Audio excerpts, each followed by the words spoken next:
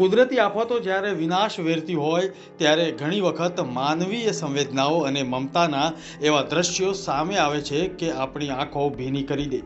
ફિલિપાઇન્સમાં આવેલા વિનાશક ભૂકંપ વચ્ચે એક એવી જ ઘટના સામે આવી જેણે દુનિયાભરના લોકોના દિલ જીતી લીધા છે. ભૂકંપની એ ભયાનક ક્ષણોમાં જ્યારે ચારે બાજુ અંધાધૂની અને ગભરાટનો માહોલ હતો ત્યારે એક મહિલાએ જોરદાર હિંમત બતાવી. જ્યારે ધરતી ધ્રુજી રહી હતી અને ઇમારતો હલી રહી હતી ત્યારે આ મહિલાએ પોતાની સલામતીની જરા પણ પરવા કર્યા વિના એક નાના બાળકને પોતાની ગોદમાં સુરક્ષિત રીતે છુપાવી લીધું.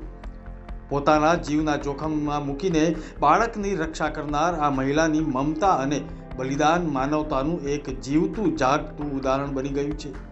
સંકટની એ ઘડીમાં તેમણે સાબિત કરી દીધું છે કે મમતાના બંધન આગળ મૃત્યુનો ડર પણ ટૂંકો પડે છે. આ મહિલાની હિંમત અને પ્રેમ ખરેખર પ્રેરણાદાયક છે.